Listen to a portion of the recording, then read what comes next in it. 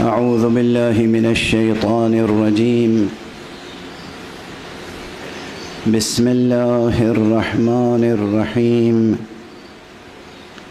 الحمد لله رب العالمين، والصلاة والسلام على أشرف الخلائق أجمعين، سيدنا وسيد الأولين والآخرين، حبيبنا وحبيب إله العالمين، إمام المرسلين وخاتم النبيين، شفيع المذنبين ورحمة للعالمين، أبي القاسم المصطفى محمد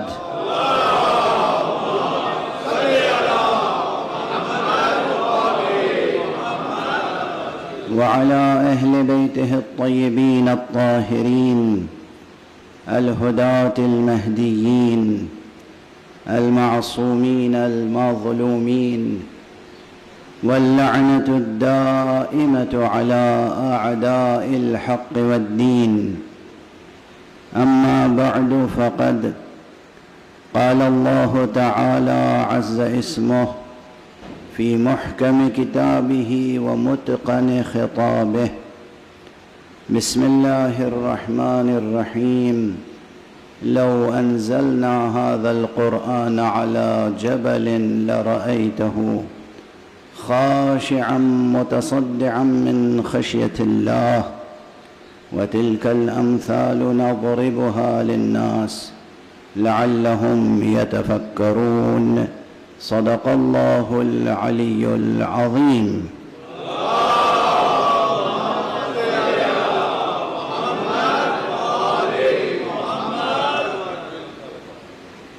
ایک اور بلند تر صلوات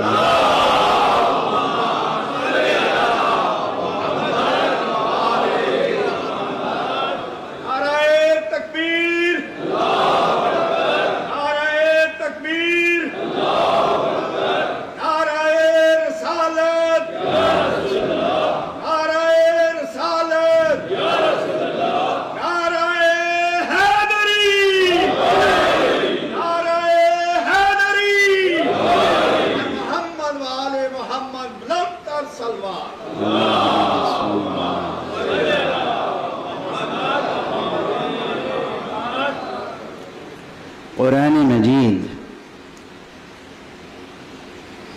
کے مقاصد کی گفتگو شروع ہوئی ہے۔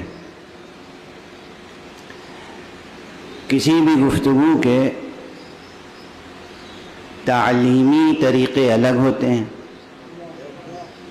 اور خطابی اسالیب الگ ہوتے ہیں۔ کوئی ایک مطلب ڈسکس کرنا ہو، آپ کلاس روم میں ڈسکس کریں تو بالکل الگ انداز ہوگا، اور آپ کسی پبلک پلیٹ فارم پہ ڈسکس کریں اسلوب بدل جائے گا نا۔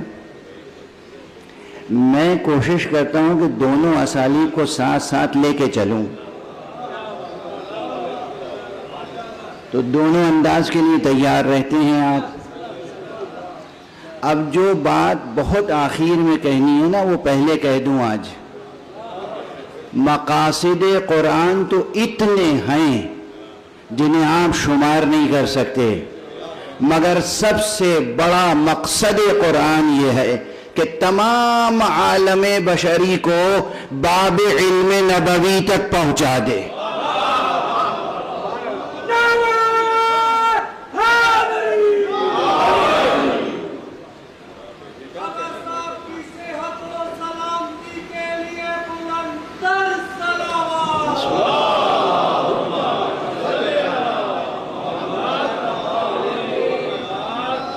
بات پھر وہی ہے، دیوانگی کا الزام تو فوراً لگے گا۔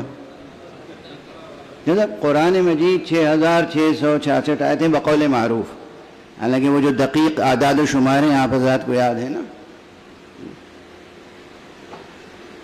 اور دقیق اعداد و شمار مشکل ہے۔ ماشاءاللہ علماء تشریف فرما ہیں اور روزانہ میں تعداد میں اضافہ بھی ہو رہا ہے، اہل دانش ہیں، اور آج کل تو آپ حضرات انٹرنیٹ پر ماشاءاللہ سرچ کر سکتے ہیں ایسی چیزیں کہ قرآن مجید کی آیتوں کی تعداد میں علماء علوم قرآن میں کتنے اختلافات ہیں۔ ارے جب جملوں کے گننے میں اختلاف ہے تو سمجھنے میں کتنا اختلاف ہوگا۔ گنتی میں اختلاف ہے، گنتی میں۔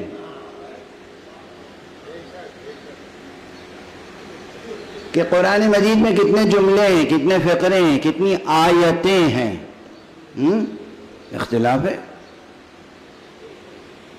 اور ماہرین میں ماشاءاللہ جنہیں بظاہر علوم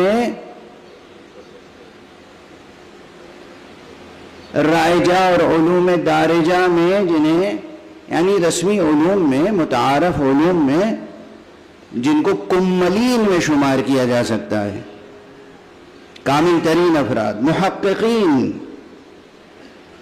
ان میں اختلاف ہے کہ قرآن مجید کی آیتیں کتنی ہیں۔ یعنی جب گننے میں اختلاف ہے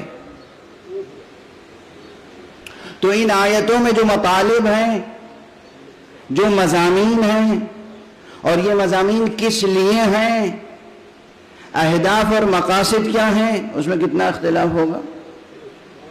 سو ہے ماشاءاللہ علماء میں، مفسرین میں، لیکن سب میرے سامنے آ جائیں تب بھی میں یہ بات ان سے منوا لوں گا، وہ اسے رد نہیں کر سکتے کہ اللہ نے قرآن کو نازل کیا ہے، اس میں جو اہم ترین مقاصد ہیں ان میں ایک بڑا مقصد یہ ہے کہ تمام عالم انسانی مصطفیٰ کے قدموں میں رہے صلی اللہ علیہ وآلہ وسلم۔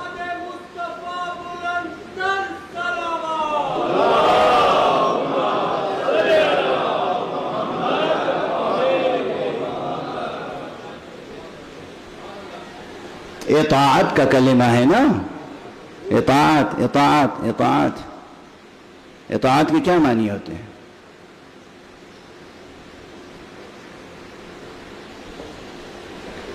اطاعت خدا کی ہو تو عبادت کہلاتی ہے، اطاعت مصطفیٰ کی ہو تو خدا کے احترام میں ہم اسے عبادت نہیں کہتے۔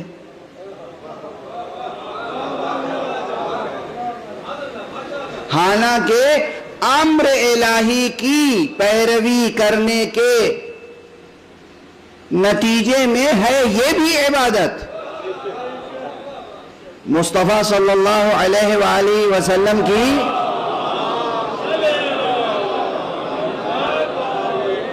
سیرت اور سنت پر چلنا عبادت الہی ہے۔ ان کی سنت پر چلنا عبادت کس کی ہے؟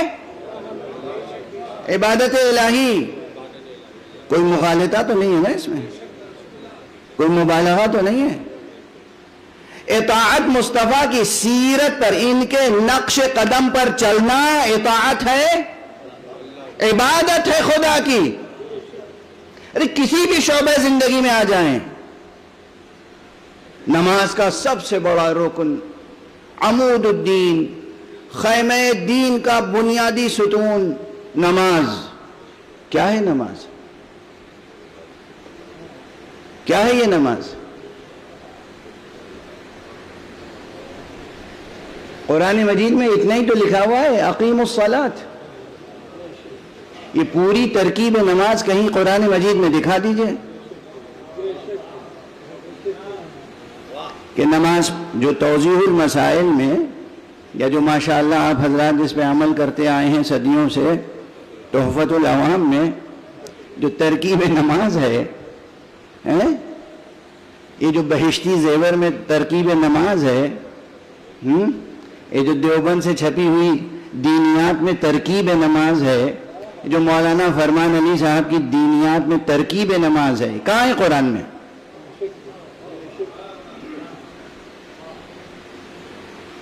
جب حاضر ہو بارگاہ الہی میں قبلہ رخ کھڑے ہو کر، قبلہ رخ کھڑے ہونے کا حکم ہے، نماز سے پہلے وضو کرنے کا حکم ہے،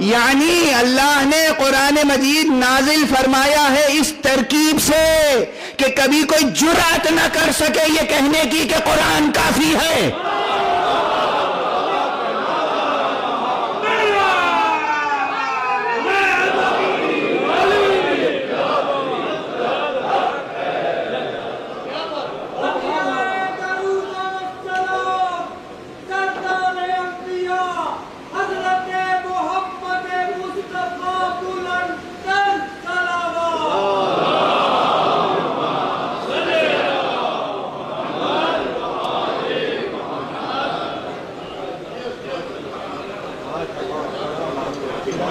کبھی کوئی جرأت نہ کر سکے، یہ جسارت نہ کر سکے، یہ گستاخی نہ کر سکے، یہ غلطی نہ کر سکے، یہ گناہ نہ کر سکے کہ مصطفیٰ کے سامنے کہے قرآن کافی ہے.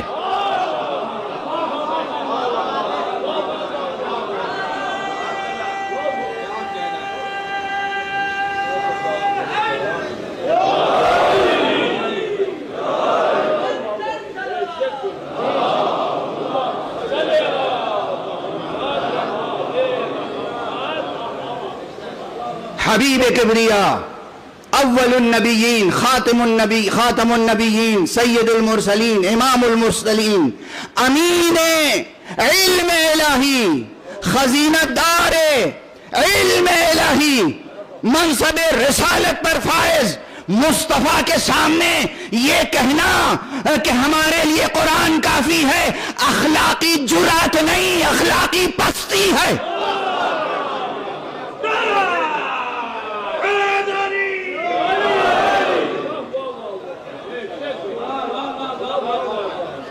یہ مورل کریج نہیں ہے. جس نے بھی لکھا ہو، جس کے قلم سے بھی یہ کلمہ لکھا گیا ہو، یہ مورل کریج نہیں ہے، یہ انحراف ہے، یہ جسارت ہے. اول تا آخر قرآن مجید اس صنعت میں نازل ہوا ہے کہ سرکار رسالت مآب سے بے نیاز نہ ہو سکے امت. وہ پروردگار جس نے وضو کی ترکیب لکھ دی قرآن مجید میں، وضو کی ترکیب لکھ دی، چہرہ دھو، ہاتھوں کو دھو اور سر پہ مسح کرو اور پاؤں پہ مسح کرو.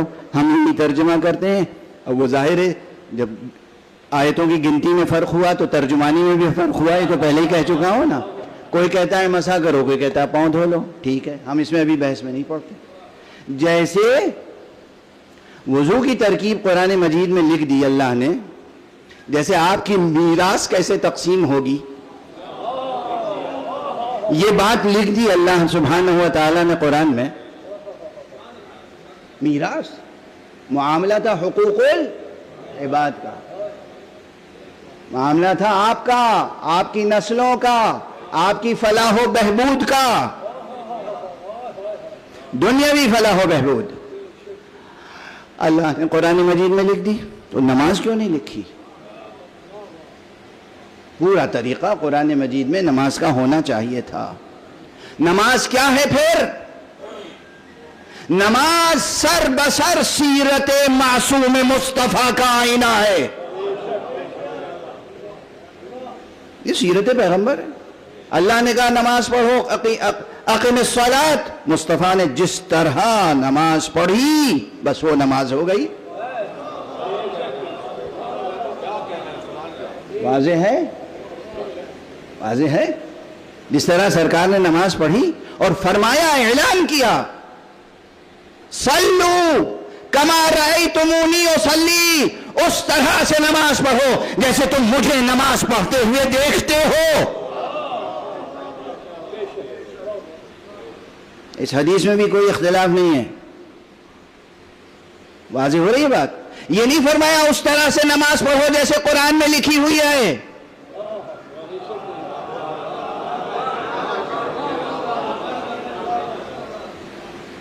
کبھی کبھی مولانا ایک چھوٹی سی بات پھیلتی چلی جاتی ہے، کیا کروں، مجبوری ہے. لیکن میں سمجھتا ہوں کہ اسی طرح بات مجمع میں بیٹھے ہوئے آخری آدمی تک پہنچ جاتی ہے. یہ نہیں فرمایا حضور نے نماز پڑھو جس طرح قرآن مجید میں لکھی ہوئی ہے, نہیں, صلو کما رأیتمونی اصلی, اس طرح نماز پڑھو جس طرح مجھے نماز پڑھتے ہوئے دیکھتے ہو. اب پھر اختلاف نماز میں کیوں ہو گیا؟ جیسے قرآن کی آیتوں کو گننے میں اختلاف ہو گیا, ویسے رسول کی سیرت کو پڑھنے اور سمجھنے میں اختلاف ہو گیا. اور کیوں اختلاف ہو گیا وہ تو قرآن مجید میں مل جائے گا. سورہ جمعہ پڑھ لیجئے. بھئی رسول کیسے نماز پڑھتے تھے یہ وہی بتائے گا نا جو شروع سے آخر تک توجہ اس کی رسول اور رسول کی نماز پر رہے.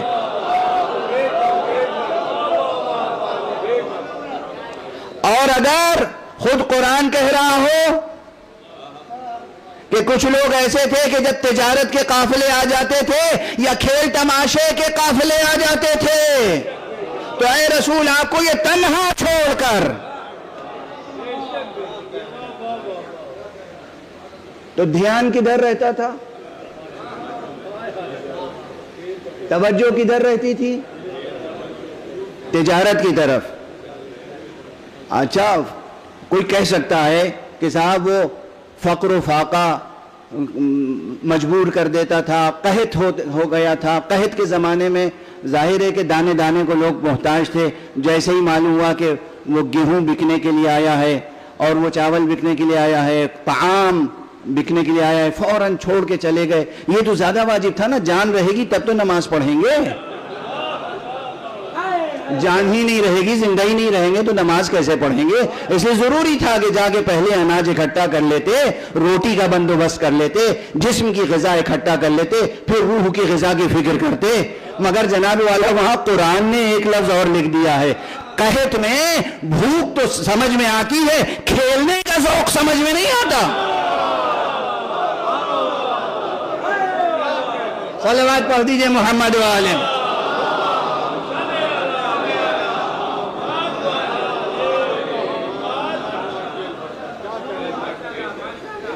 وَإِذَا رَأَوْا تِجَارَةً أَوْ لَهْوًا انفضوا إِلَيْهَا وَتَرَكُوكَ قَائِمًا.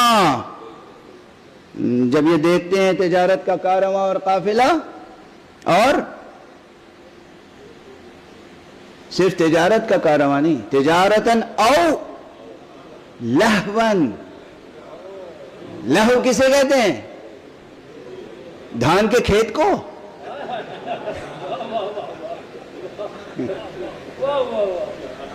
مولانا مسکرا رہے ہیں تو مجھے بھی مسکرانا پڑ رہا ہے. لہو کسے کہتے ہیں؟ گیہوں کو. لہو کسے کہتے ہیں؟ بھیڑ بکری کو. کہ بھئی روٹی کھائیں گے خالی روکھی اور اس کے ساتھ سالن بھی تو ہونا چاہیے, شوربہ بھی تو ہونا چاہیے, کباب بھی تو ہونا چاہیے. غور فرما رہے ہیں آپ؟ بچے آج بہت خوش ہو رہے ہیں, سوچیں ایسی تو ان سے مجلس سنی نہیں تھی ہم نے. ایک صلوات پڑھ دیجئے محمد وآلہ.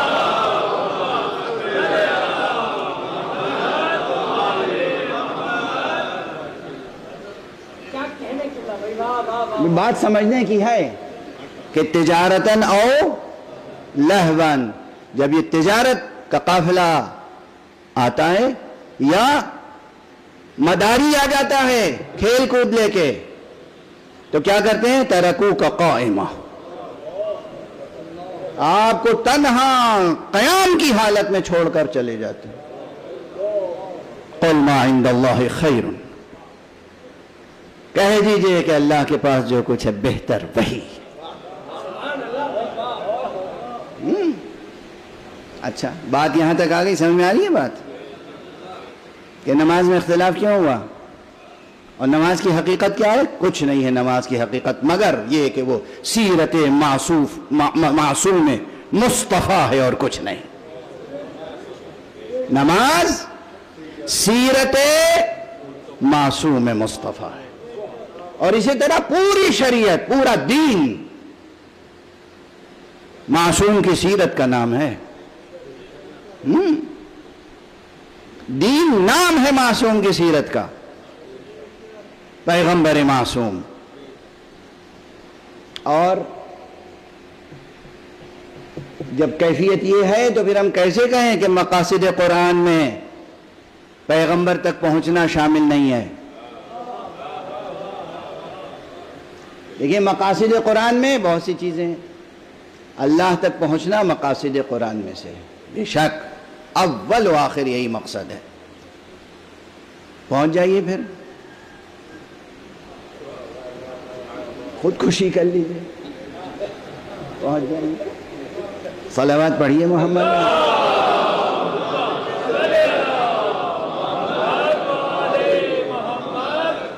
اللہ کی بارگاہ میں پہنچ جائیے، خودکشی کر لیجیے. ارے مر کے کون ملے گا؟ اللہ مل جائے گا. یہ نہیں ہے نا طریقہ اللہ تک پہنچنے کا. پھر کیسے پہنچا جائے؟ کون بتائے گا؟ اول و آخر ہماری منزل، ہمارا مطلوب، ہمارا معشوق، ہمارا مقصد اللہ ہے، اس میں کوئی شک نہیں. مگر اللہ سبحانہ و تعالی تک پہنچنے کا راستہ دکھائے گا کون؟ بتائے گا کون؟ اس سے کبھی بھی قیامت تک بے نیاز نہیں ہو سکتے. اور سیرت مصطفیٰ صلی اللہ علیہ وآلہ وسلم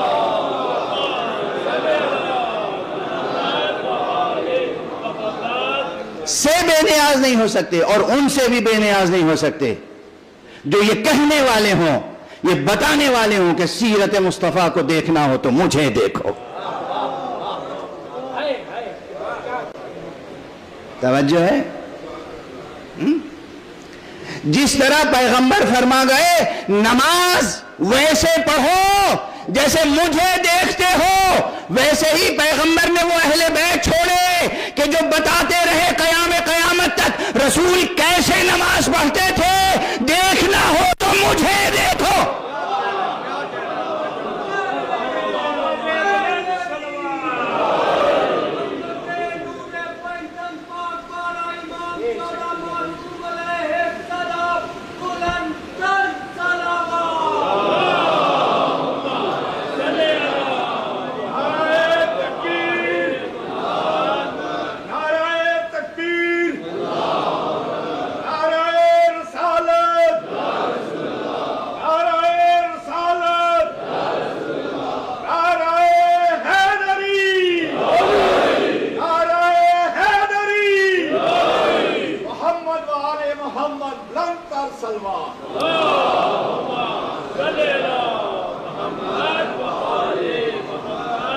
آپ سنیے، صرف یہی نہیں ہے کہ پیغمبر نے ایسے اہل بیت چھوڑے کہ جو یہ کہہ سکتے ہیں کہ پیغمبر جیسے نماز پڑھتے تھے مجھے دیکھ لو میں ویسے ہی نماز پڑھتا ہوں.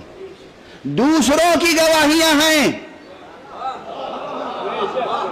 اور صحیح ترین مجموعوں میں حدیثوں کے صحیح السند بخاری اور مسلم کے شرائط پر وہ حدیثیں موجود ہیں کہ جہاں حضور کے وصال کے تقریباً 25-26 سال بعد جب امیر المؤمنین علی ابن ابی طالب علیہ السلام نے نماز پڑھی ہے تو اصحاب نے تصدیق کی، آج بہت دنوں کے بعد ویسی نماز پڑھی جیسی رسول اللہ پڑھا کرتے تھے.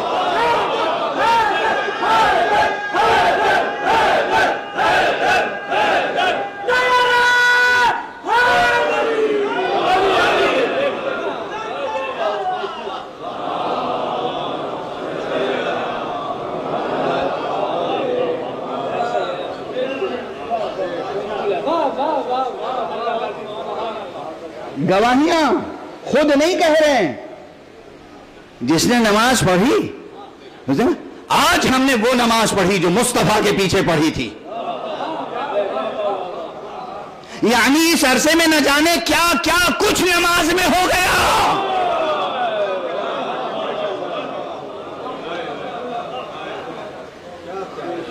آج ہم نے ویسی نماز پڑھی. اگر صرف یہی موضوع جاری رہے تو عشرہ مکمل ہو جائے گا. اور آپ اگر بہت ضد کریں گے نا تو میں پھر یہاں پر کتابیں لے کے ساتھ میں آؤں گا اور کتابیں آپ کے سامنے پیش کر دوں گا. آپ میں سے اتنا بڑا مجمع ہے, ہر آدمی ایک مخصوص ایسا چشمہ لے کے آئے جو بیٹھے بیٹھے وہیں سے پڑھ لے کتاب.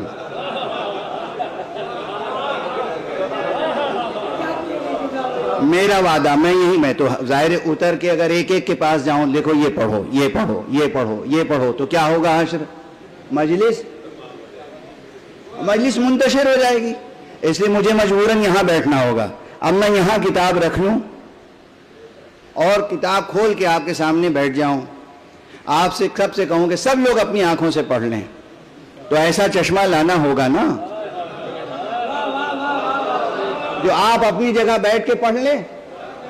سائنس نے کتنی ترقی کی, سائنس ابھی کوئی ایسا چشمہ بنا کے آپ کو دے نہیں پائے گی, ہر ایک کو الگ الگ, ٹھیک ہے نا. عام طور پر عموماً یہ مشکل ہے نا. ارے جب یہ چشمے کا وجود ہی نہیں تھا اس وقت تک اہل بیت مصطفیٰ میں ایسے بچے ہوتے تھے جن کے بارے میں گواہیاں ہیں کہ یہ آغوش مادر میں ہوتے تھے, گہوارے میں ہوتے تھے اور لوح محفوظ کی تلاوت کیا کرتے تھے. صلوات پڑھنے ہیں محمد.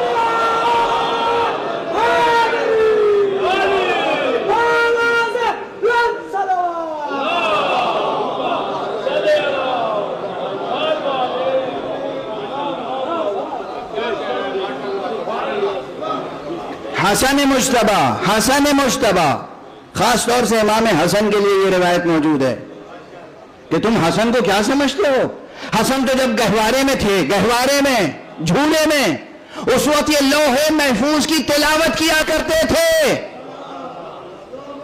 کیا نگاہ حسن مجتبی تھی, ہیں گہوارے میں, مدینے میں, خانہ پیغمبر میں, خانہ زہرا میں, اور تلاوت کر رہے ہیں. اس گھرانے میں آفتاب آمد, دلیل آفتاب. یہ بیٹا کس کا ہے؟ یہ بیٹا گہوارے میں اگر لوح محفوظ کی تلاوت کر رہا ہے تو بیٹا اس کا ہے جو گہوارے میں قرآن مجید کی تلاوت کیا کرتا تھا.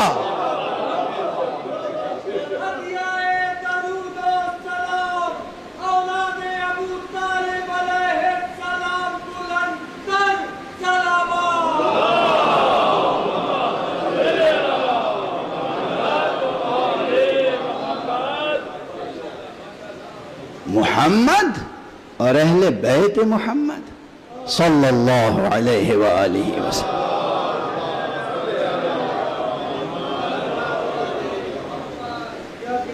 اب یہ ستم ہے, کیا کروں میں؟ بالکل الگ رخ. مولانا کا چہرہ دیکھ کے آج رخ پھر بالکل بدل گیا. پتہ نہیں کیا کیا مطالب میں سوچ کے آیا تھا, اور ممبر پر آنے کے بعد ایک دم رخ مڑ گیا. نواسا وہ ہے جو گہوارے میں لوح محفوظ کی تلاوت کرتا ہے. آغوش کا پالا علی وہ ہے جو آغوش میں آتے ہی کتب سماویہ کو سنا دیتا ہے, اور خود نانا خاتم النبیین, سید المرسلین, امام المرسلین وہ ہے کہ جو 40 برس کی عمر تک نہ لکھنا جانتا ہے نہ پڑھنا جانتا ہے.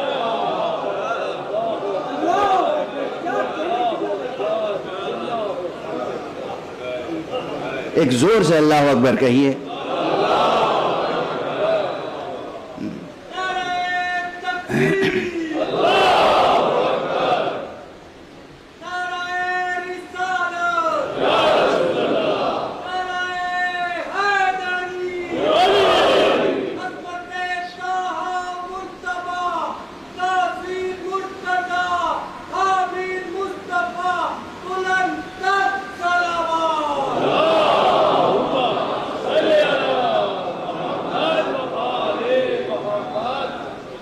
اچھا بچوں, اب ہنسی موقوف.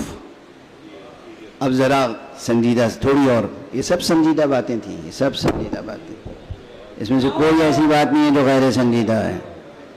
یہ بنیادی باتیں ہیں، مگر اب تھوڑی سی وہ فضا بن جائے نا جو کلاس روم کی ہوتی ہے، ٹھیک ہے نا؟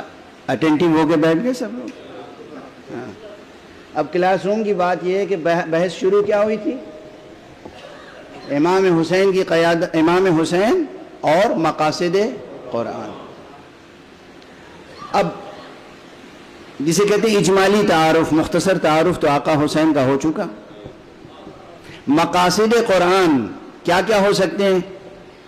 کوئی کہے گا مقصد قرآن ہدایت ہے، کوئی کہے گا مقصد قرآن خدا شناسی ہے، کوئی کہے گا مقصد قرآن آخرت شناسی ہے، کوئی کہے گا مقصد قرآن دین شناسی ہے نا؟ تو یہ اس طرح کے کلی عناوین ایک سے زائد ہو سکتے ہیں، لیکن ان عناوین کو بھی عامت الناس بھی قائم کر سکتے ہیں۔ یہ عناوین، یہ کیپشنز، یہ ٹائٹلز، یہ عناوین اس طرح سے جسے کہتے ہیں فصول کی ترتیب، یہ ایک عام ذہن، متوسط ذہن بھی کر سکتا ہے کہ بھائی قرآن مجید کے مقاصد کیا کیا ہیں؟ اللہ کو پہچاننا۔ قرآن کا مقصد اور کیا ہو سکتا ہے؟ رسول کو پہچاننا۔ قرآن کا مقصد اور کیا ہو سکتا ہے؟ آخرت کو پہچاننا۔ قرآن کا مقصد اور کیا ہو سکتا ہے؟ دین کو پہچاننا۔ قرآن کا مقصد اور کیا ہو سکتا ہے؟ شریعت کو جاننا، پہچاننا، سمجھنا، یہ سب۔ لیکن جب ایک عالم علوم قرآن اس بحث کو چھیڑتا ہے تو وہ علمی بحث کے تقاضوں کے تحت منہ شگافیاں کرتا ہے، اور بات وہاں رکتی ہے جہاں کسی متن سے، کسی ٹیکسٹ سے اس کے اندر چھپے ہوئے مضامین کو نکالنا ہوتا ہے۔ سمجھ میں آ رہی ہے بات؟ اب اس کی مثال پھر دے دوں، ایک ایسی مانوس مثال جس میں زیادہ بوجھ نہ پڑے۔ کوئی لکھا ہوا متن ہے آپ کے سامنے، لکھی ہوئی ایک عبارت ہے، ایک سطر، دو سطریں، یا کوئی شعر، ایک شعر لے لیجئے، 2 مصروں کا ایک شعر یا ایک بیت جس میں 2 مصرے ہوتے ہیں۔ اس کا سمجھنا آسان ہے کیا؟ کہنا آسان ہوگا شاید، سمجھنا زیادہ مشکل ہے۔ ماشاءاللہ ہماری بزم میں ابھی تشریف فرما ہیں جناب عقیل عباس جعفری صاحب، بہت اچھے شاعر بھی ہیں اور بہت اچھے ادیب بھی ہیں، نثر بھی اچھی لکھتے ہیں، شعر بھی اچھا لکھتے ہیں، اور مجھے تو ان کے سلام بطور خاص بہت پسند ہے۔ میں اکثر کہتا ہوں کہ نئے نوخیز شعراء کے لیے قابل تقلید ہیں، جس انداز سے یہ اہتمام سے سلام کہتے ہیں، نوک پلک سے لفظ و معنی کے رشتوں کو برقرار رکھتے ہوئے۔ ان سے پوچھ لیجئے کہ یہ غالب کا جو مطلع ہے، ان کے دیوان میں شروع میں نقش فریادی ہے کس کی شوخی تحریر کا، کاغذی ہے پیرہن ہر پہ کرے تصویر کا۔ آپ میں سے اکثر کو یاد ہوگا نا یہ مطلع۔ اجے اس مطلع میں کیا قیامت ہے، معلوم ہے اس کی تفسیر میں، تعبیر میں، تشریح میں کتنے اختلافات ہیں؟ ذرا جا کے ریسرچ کر لیجئے گا آج۔ غالب کے دیوان کی شرحیں کتنوں نے کی ہیں، اور ان میں خاص اس مطلع کے بارے میں کتنے اختلافات ہیں؟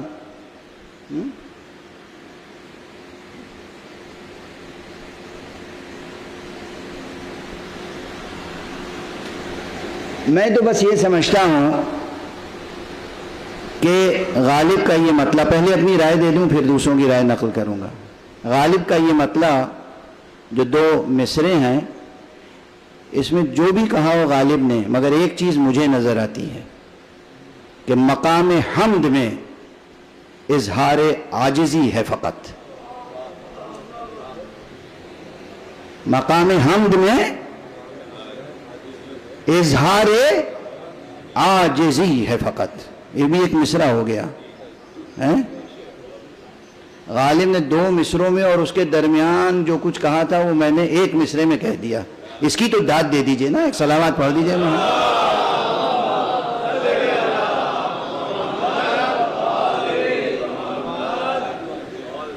چونکہ عموماً لوگوں کے دیوان جو شروع ہوتے ہیں، اور خاص طور سے کلاسیکل شعراء کے، وہ حمد سے شروع ہوتے ہیں.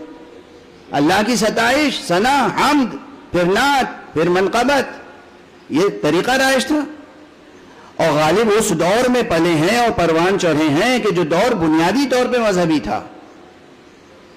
واضح ہے نا؟ اگر غالب کے کلام اور اس کی شخصیت کی کہ زمکانی مطالعے سے آپ گزریں، یعنی زمانی مکانی مطالعے سے، تو اس عہد کو کیا کہیں گے؟ بنیادی طور پہ وہ مذہبی عہد تھا. عام طور پہ لوگ مذہبی ہوا کرتے تھے، بنیادی نصاب میں مذہب داخل تھا. ٹھیک ہے نا؟ تو دیوان شروع ہونا چاہیے تھا حمد سے. اب غالب تو منفرد، جب وبائے عام میں مرنا پسند نہیں کیا غالب نے، تو عام طریقے کی حمد کیسے کہہ دیتے؟ تو انہوں نے یہ مطلع کہہ کے عاجزی کا اظہار کیا ہے، پروردگار تیری حمد ہم سے ممکن نہیں ہے. نقش فریادی ہے کس کی؟ شوخی تحریر کا. کس کی؟ یہ جو انشائیہ اسلوب ہے، استفہام ہے، نقش فریادی ہے کس کی؟ شوخی تحریر کا. کاغذی ہے پیرہن ہر بے کرے تصویر کا. اس میں اور بھی مطالب ہیں، مگر یہ خاص بات ہے کہ مقام حمد میں اظہار عاجزی ہے فقط. مگر اب دوسرے شارحین تک جائیے، کیا فرماتے ہیں؟ بڑے بڑے دو ایک نام لے لوں. بہت مشہور دیوان غالب کے شارح ہیں علامہ نظم طباطبائی. انہوں نے بہت کچھ لکھا ہے، اور آخر میں لکھا ہے کہ یہ شعر محمل ہے، بے معنی ہے، بے معنی سرے سے. تصدیق کر لیجئے گا عقیل عباس جعفری صاحب سے. یہ شعر بے معنی ہے، یعنی غالب جو کچھ کہنا چاہتے تھے کہہ نہیں پائے، عجز بیان کا شکار ہو گئے. قدرت سخن، قدرت زبان و بیان کچھ نہیں، سب جواب دے گئی. یہاں پر غالب کہنا کچھ چاہتے تھے، شعر کچھ کا کچھ ہو گیا، اور اس لیے بے معنی و محمل ہو گیا. یہ میں نہیں کہہ رہا ہوں، کل صرف اتنی سی کلپ کاٹ کے کہیے گا کہ اب انہوں نے غالب کے خلاف بھی فتویٰ دے دیا. یہ میں نہیں کہہ رہا ہوں. ایک صلوات پڑھ دیجئے محمد والے.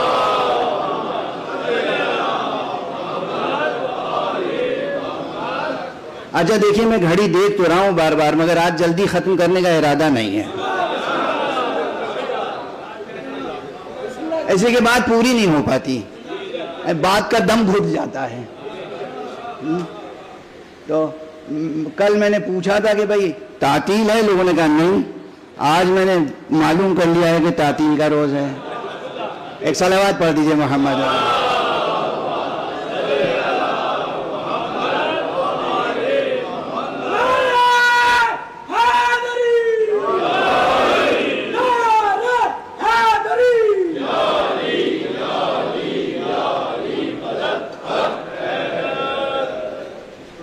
تو غالب کا ایک شعر یہ ہوا کہ جس میں علامہ نظم طباطبائی، علامہ واقعاً علامہ ادب تھے. عربی پر وہ مسلط تھے، فارسی پر وہ مسلط تھے، اردو پر وہ مسلط تھے، یعنی سلطنت ادب کے حکمراں تھے. وہ خسرو سلطنت ادب تھے. وہ کہہ گئے کہ غالب کا یہ شعر، یہ مطلب بے معنی ہے.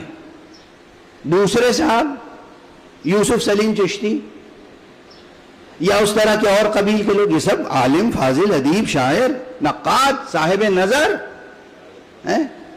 انہوں نے کہا ان دو مصروں میں، اس ایک مطلع میں غالب نے اپنا پورا نظریہ حیات بیان کر دیا ہے.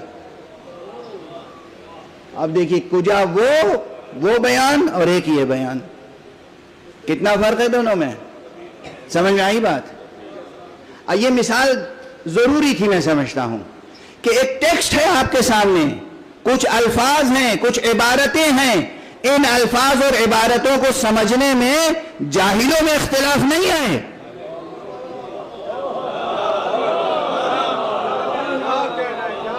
نادانوں جاہلوں میں اختلاف نہیں ہے، یہ بھی علامہ ادب، وہ بھی علامہ ادب، یہ بھی نقاد، وہ بھی نقاد، یہ بھی محقق، وہ بھی محقق، یہ بھی اہل زبان، وہ بھی اہل زبان. آپ کسی کو کمتر نہیں ثابت کر سکتے. یہ کہہ رہے ہیں شعر محمل ہے، وہ کہہ رہے ہیں شعر میں پورا نظام حیات پیش کر دیا ہے. جب عبارتوں کی تفسیر اور تعبیر میں اتنا اختلاف ہو سکتا ہو تو پھر کچھ ایسے اصول ضروری ہیں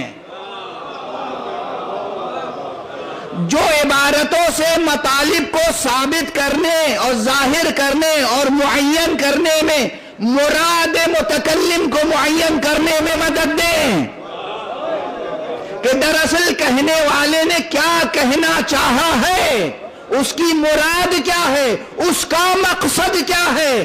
اس گوہر مقصود تک پہنچنے کے لیے کچھ اصول چاہیے. یہ اصول ہمیں علوم بلاغت میں ملے، اور جو علماء بلاغت بھی کام نہ کر سکے وہاں آگے بڑھ کے علماء فقہ و اصول نے کام کیا. اس لیے صرف اخباری ہونا کافی نہیں ہے، اصولی ہونا بھی ضروری ہے. صلوات پڑھ دیجئے محمد.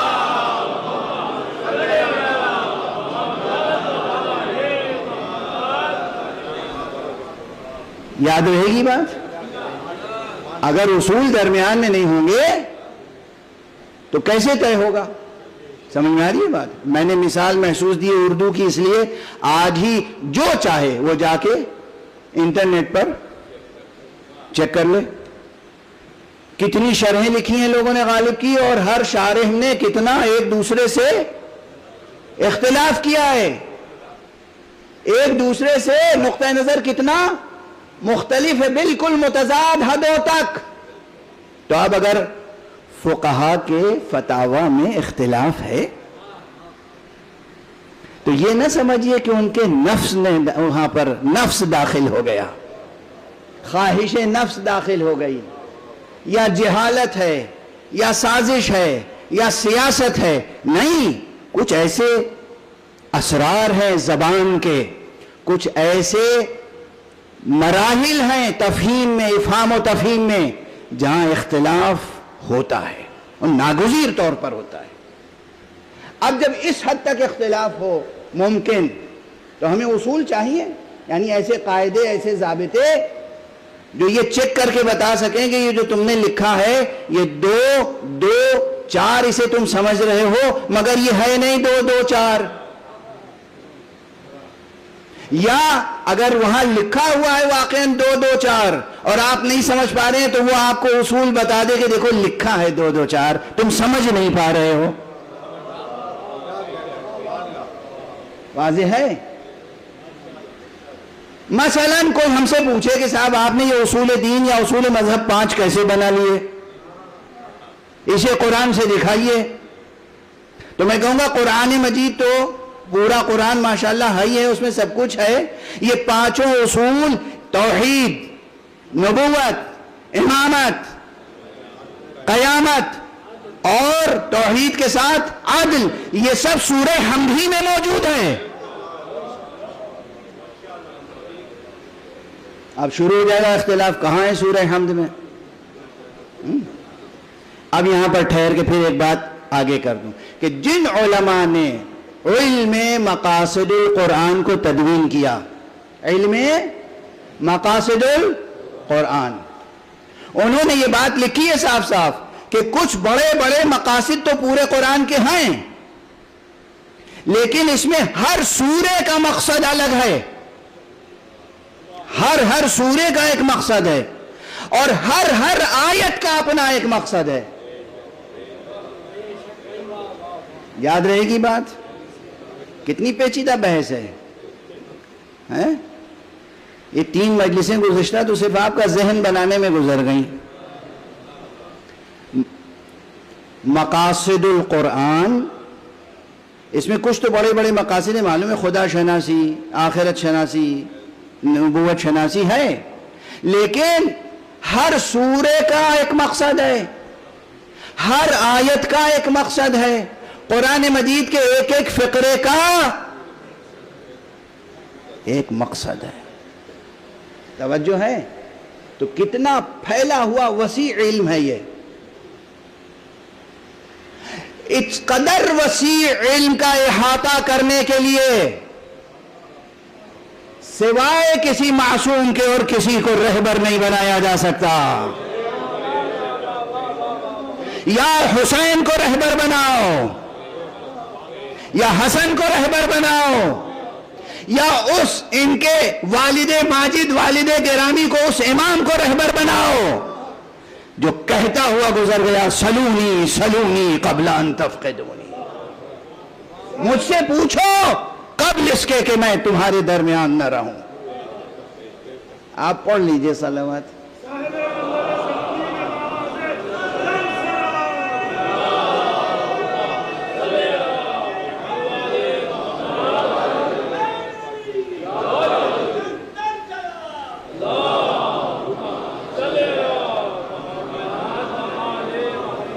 اب جن نادانوں کی سمجھ میں نہ آتی ہو یہ بات, وہ یہ سمجھیں امیر المومنین امام المتقین علی ابن ابی طالب علیہ الصلاۃ والسلام اپنی فضیلت یا برتری کے اظہار کے لیے نہیں فرماتے تھے سلونی سلونی.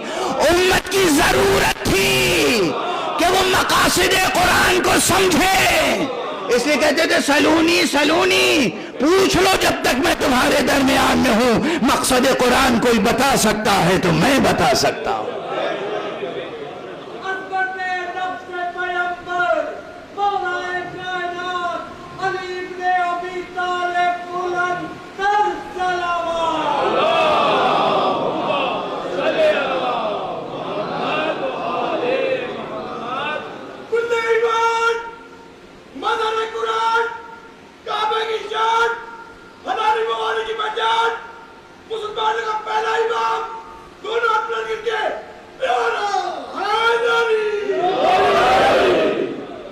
واضح ہے کتنا ظریف مقام ہے, کیسا نازک مقام ہے, کیسا بال سے زیادہ باریک مقام ہے. قرآن مجید کے ایک ایک آیت کی کے مقصد کو بتانا کون بتا سکتا ہے؟ اس لیے بطور خاص فقرہ ہے سلونی سلونی قبل ان تفقدونی. ھذا لعاب رسول اللہ.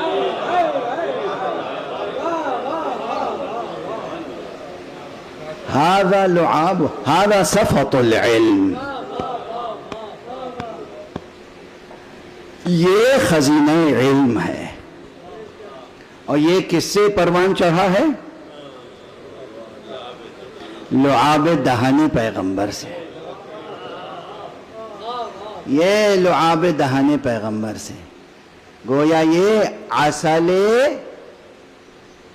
شجر نبوت سے.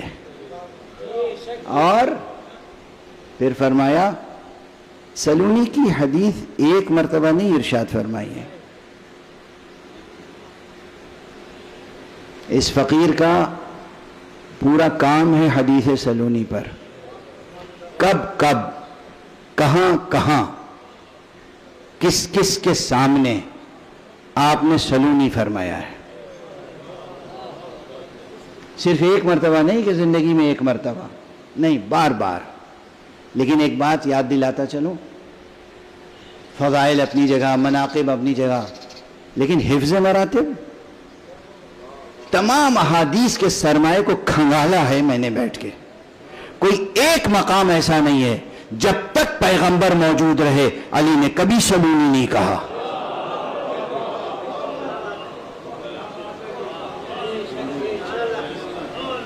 پیغمبر موجود ہے, حضور موجود ہے, اسے کہتے ہیں حفظ مراتب.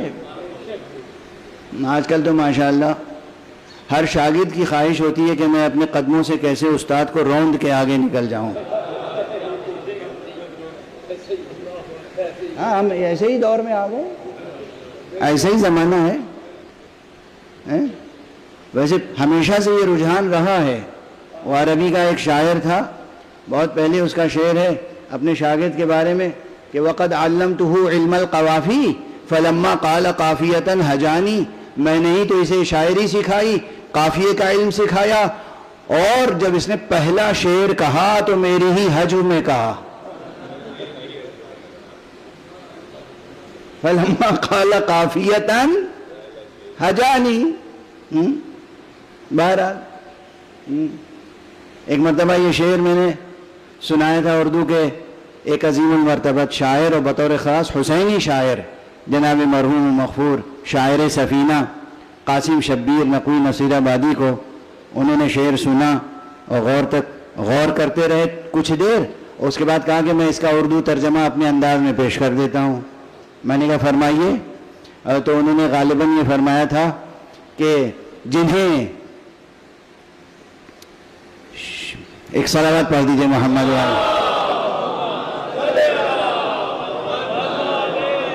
شعور حرف و حکایت جنہیں دیا ہم نے. شعور حرف و حکایت جنہیں دیا ہم نے. ہمارا ذکر وہ کرتے ہیں کس برائی سے.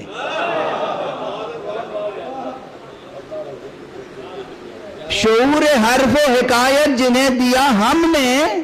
ہمارا ذکر وہ کرتے ہیں کس برائی سے.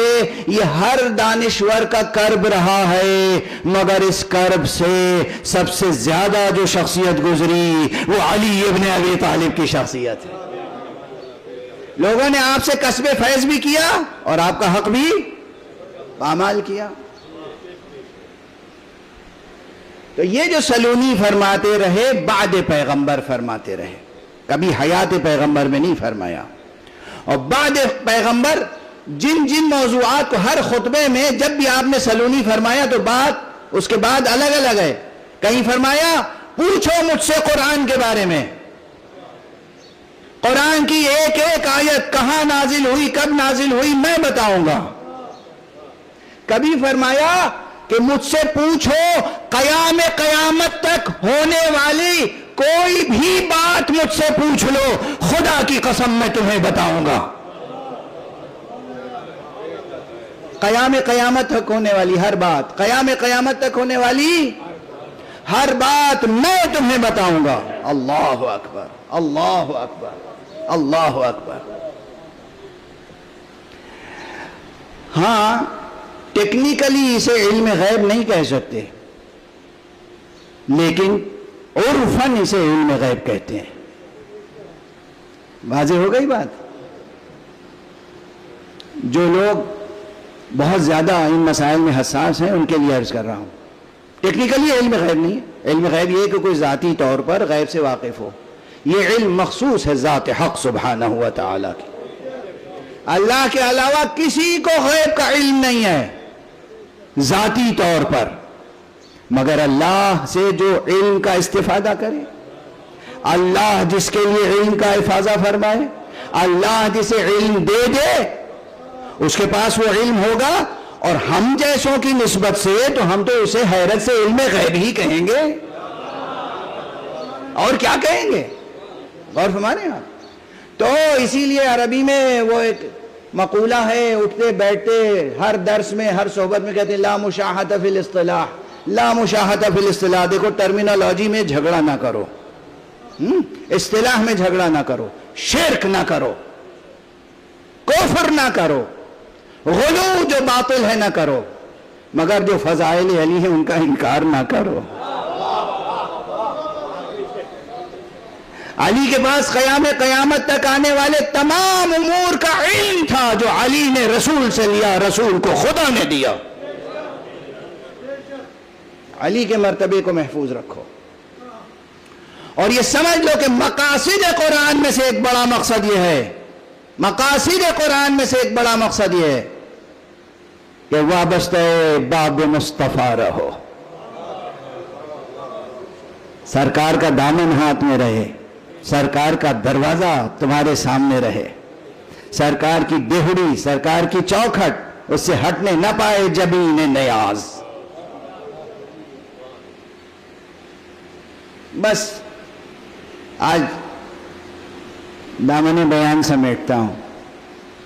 رسول نے اللہ سے علم لیا, اللہ سے رسول سے علی نے علم لیا. علی سے آل علی میں ہونے والے معصوم اماموں تک اس کا علم منتقل ہوتا رہا. یہ ہمارے بنیادی عقائد میں سے ہے اور یہ اسلام کے بنیادی حقائق میں سے ہے.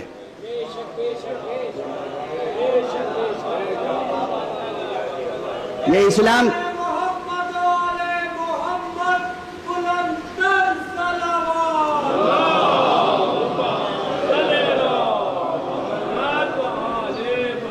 یہ بنیادی حقائق میں سے ہے. ایک حقیقت ہے موجود، کسی کو نظر آ جاتی ہے، کسی کو نظر نہیں آتی. ارے یہ پیٹرول کیا چیز ہے، کیا ہوتا ہے؟ زمین کے اندر کہیں تہوں میں کچھ چیز ہوتی ہے نا، سب کو نظر نہیں آتی، کیچڑ کی شکل میں کچھ ہوتا ہے، مگر کیسا قیمتی ہے، اور نظر سب کو نہیں آتا، ویسے نہیں نظر آتا. وہ مخصوص آلات ہیں، سائنسدانوں نے ایجاد کیے ہیں، وہ ٹیسٹ کرتے ہیں، دیکھتے ہیں.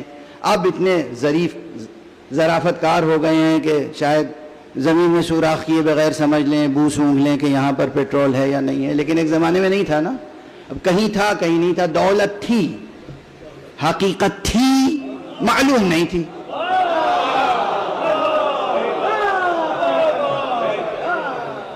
اگر کسی کو معلوم نہیں ہے کہ اہل بیت کے پاس کیا ہے تو اپنا جہل دور کرو، اہل بیت کا انکار نہ کرو.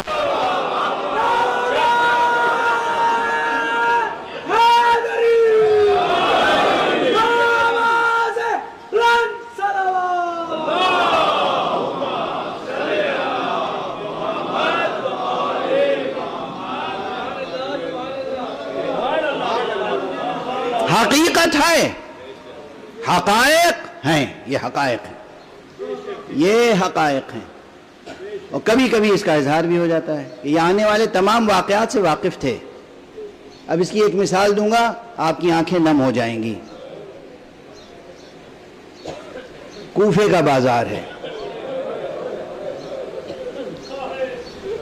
مولا امیر المومنین کے دو بزرگ صحابی آپس میں گفتگو کر رہے ہیں. ایک تو وہ ہے کہ جو صحابی رسول بھی ہے، حضرت حبیب ابن مظاہر، صحابی رسول، صحابی رسول. یہ ضرور ہے کہ وہ بچپن سے امام حسین علیہ السلام سے بہت مانوس تھے اور امام حسین علیہ السلام ان سے مانوس تھے. تو یہ صحیح ہے جو کہا جاتا ہے بچپن کے دوست، مگر بچپن کے دوست کے یہ معنی کبھی نہ لیے جائیں کہ گویا بالکل ہم سن تھے. اور کوئی کہتا بھی نہیں ہے، غالباً میں نے بھی کبھی یہ بات کبھی آپ کے سامنے گزارش نہیں کی تو یہ غلط فہمی نہ ہو. بچپن سے قدردانی کرتے آئے تھے جناب حبیب امام حسین کی، تھے صحابی پیغمبر اور راوی حدیث بھی ہیں. اب ان کی حدیثوں میں ایک حدیث ذکر کر لینے دیجئے، اس کا تعلق بھی فضائل سے ہے، اور وہ یہ ہے، علامہ مجلسی نے لکھی ہے یہ روایت، اور ان کے حوالے سے اور بہت سے معتبر جید علماء نے لکھی ہے کہ جناب حبیب ابن مظاہر نے ایک مرتبہ امام حسین سے پوچھا. اب یہ دیکھیے، اس طرح کے مکالمے صرف منقبت و فضیلت کے سمجھے جاتے ہیں. یہ پورے ورلڈ ویو، پولیٹیکل نہیں، سائنٹیفک، کاسمولوجیکل، فلسفیکل ورلڈ ویو، اور یعنی نظریہ زمان و مکان پر اور نظریہ حیات پر اور نظریہ وجود پر روشنی ڈالتے ہیں اگر گہری گفتگو کرتے چلے جائیے. فرماتے ہیں حضرت حبیب کہ میں نے پوچھا امام حسین سے کہ ایو شیء کنتم قبل ان یخلق اللہ سبحانہ وتعالی یا قبل ان یخلق اللہ عز وجل آدم، جب اللہ نے آدم کو بھی پیدا نہیں کیا تھا اس وقت آپ کیا شے تھے؟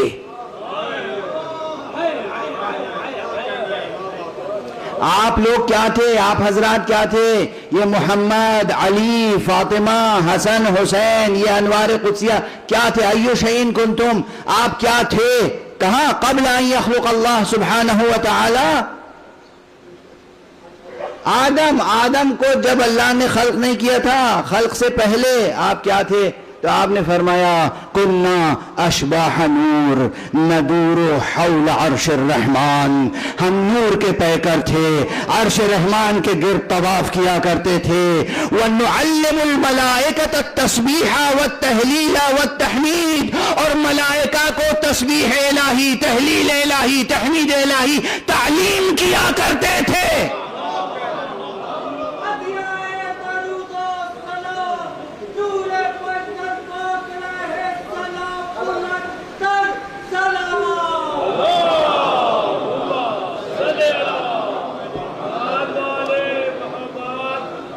تعلیم کرتے تھے، فرشتوں سے سیکھتے نہیں تھے،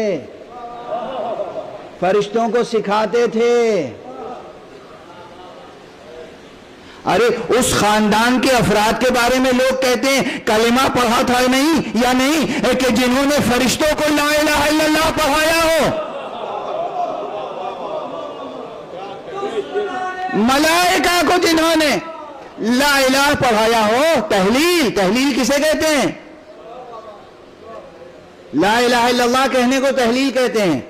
کنا اشباح نور ندور حول عرش الرحمن فنعلم الملائکۃ التسبیح والتہلیل والتحمید، ہم پیکر نور تھے، عرش الرحمان کے گرد طواف کرتے تھے اور ملائکہ کو سکھاتے تھے سبحان اللہ کہنا، لا الہ الا اللہ کہنا، الحمدللہ کہنا۔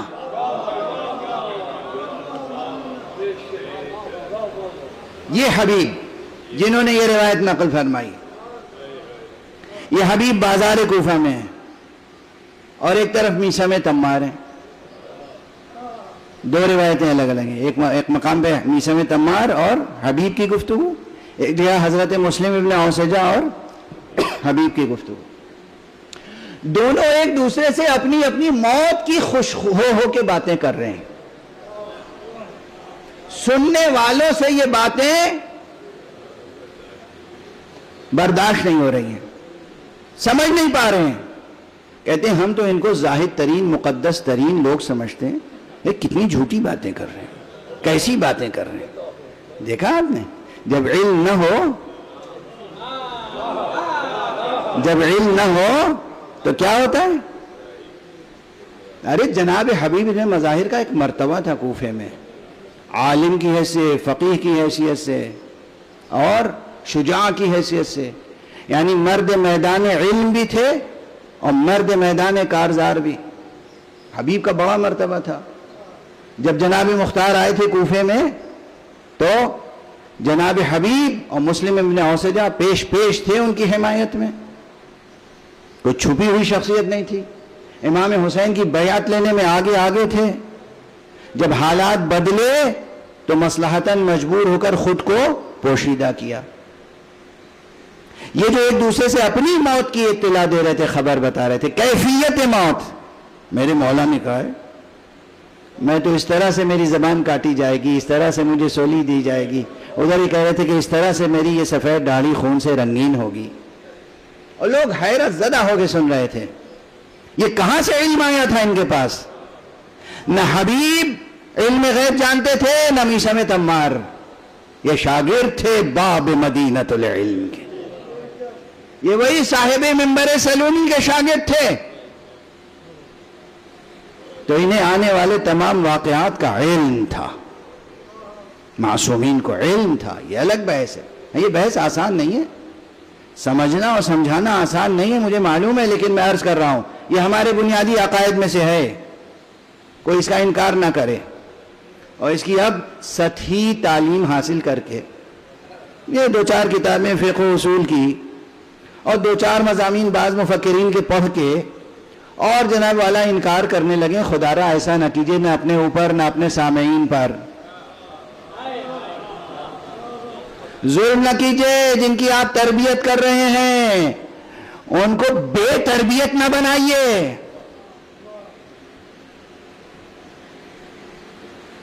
معصومین ائمہ 12 علی اور آل علی سے ہونے والے معصومین بہت بلند ہے ان کا مرتبہ، عقل بشر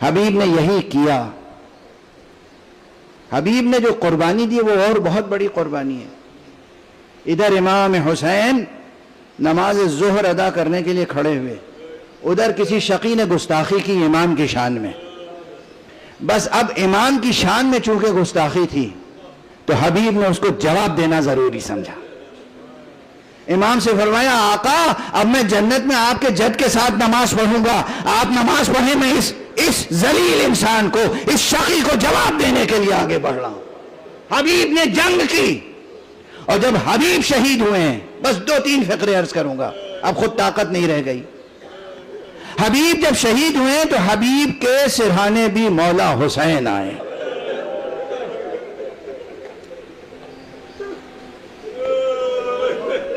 اس نقطے کی طرف غالباً پہلی بار میں توجہ دلا رہا ہوں. کیا فضیلت ہے حبیب کی, کیا فضیلت ہے حبیب کی. لاشا حبیب کا ہے, سرہانے آقا حسین آئے ہیں اور فرماتے ہیں عند اللہ احتسب نفسی وحمات اصحابی. ارے میں اللہ کے پاس اجر حاصل کرنے کی امید رکھتا ہوں, اپنے نفس کے لیے بھی اور اپنے بہترین اصحاب کے لیے بھی. اللہ اکبر. حبیب کے سرہانے کھڑے ہو کر نفسی کہنا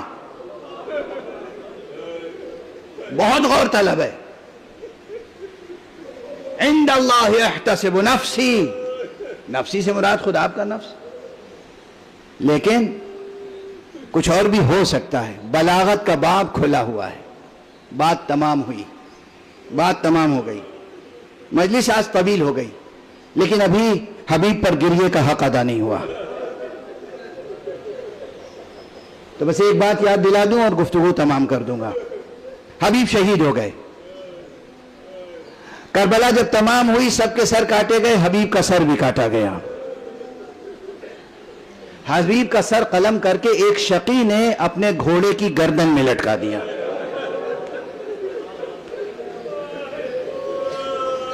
جب یہ قافلہ کوفے میں پہنچا تو کوفے میں حبیب کا بیٹا قافلے کا استقبال کرنے والوں میں کھڑا تھا. حبیب کے بیٹے کی نظر جو اپنے بابا کے کٹے ہوئے سر پہ پڑی, اس نے سر و سینہ پیٹ کے گریہ شروع کیا. اس کے بعد اس قاتل کے پاس گیا اور بڑی منتیں کی, بڑی سماجتیں کی, بہت اس سے آرزو خواہش کا اظہار کیا, یہ میرے بابا کا سر ہے, مجھے دے دے. بلکہ اس کو مال و دولت دینے کے لیے بھی تیار ہو گیا کہ یہ میرے بابا کا سر ہے, مجھے دے دے. شقی نے وہ سر نہیں دیا. مگر ایک جملہ عرض کرنا چاہتا ہوں یہاں پر, وہ حبیب کا بیٹا وہیں کوفے میں رہ گیا.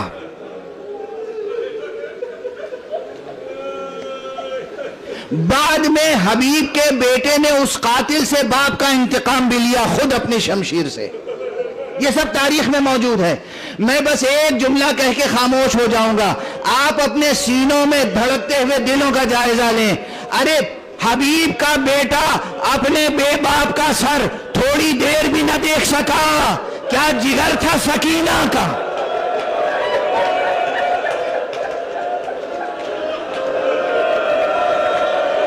ارے کیا جگر تھا زینب کا, کیا جگر تھا ام کلثوم کا, کیا جگر تھا علی ابن الحسین کا.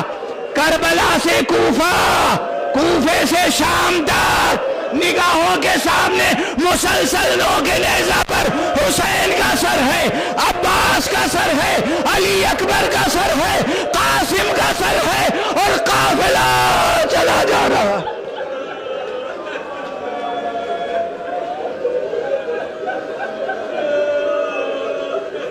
انا للہ و انا الیہ راجعون. رضا بقضائہ و تسلیما لامرہ. پروردگار ہمیں علوم قرآن اور معارف اہل بیت سے آشنا فرما. پروردگار امت اسلامیہ کو ولایت علی ابن ابی طالب پہ متحد فرما. پروردگار جہالتوں کے بادل چھٹ جائیں. پروردگار معرفتوں کے سورج طلوع ہوں. پروردگار دنیا میں امن قائم فرما. معبود ہر طرح کی ہر طرف جنگ و جدل کا خاتمہ فرما. پروردگار رہبر شہید کے درجات کو بلند فرما، پروردگار رہبر فعلی آیت اللہ سید مجتبی خامنی کو اپنی حفظ و امان میں رکھ، پروردگار مسلمانان عالم کو سرفراز فرما، پرچم اسلامی کو بلند سے بلند تر فرما، پروردگار اپنے ولی معصوم کو اذن ظہور عطا فرما اور ان کے ہاتھوں سے اپنی رحمت و رافت و عدالت کا پرچم لہرا دے۔